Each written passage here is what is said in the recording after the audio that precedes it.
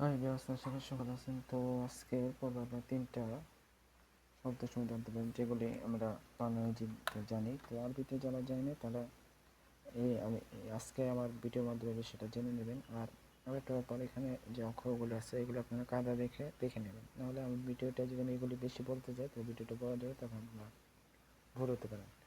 তো চলেন আমরা মূল তিনটা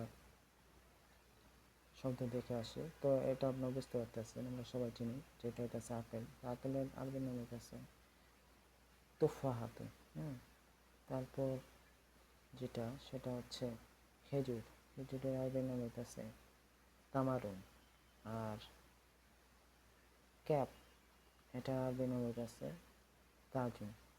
তো এখানে যে বিষয়টা সেটা হইতেছে, এখানে আমি আপনাদের বোঝার সুবিধার্থে উচ্চারণগুলি বলে দিচ্ছি। তো এখানে কোনটা কোন অক্ষর সেটা আমি বলতেছি। যেমন এখানে আমি বলছি তুফাহাতুন, তো এটা হইতেছে তা, পরেরটা হইতেছে ফা, তারপরটা হইতেছে হা, তারপরটা হইতেছে তা।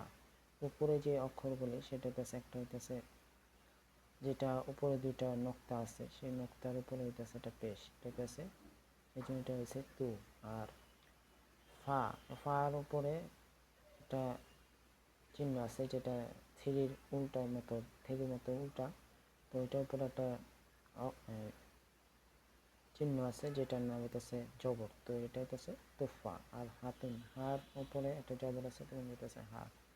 আর এখানে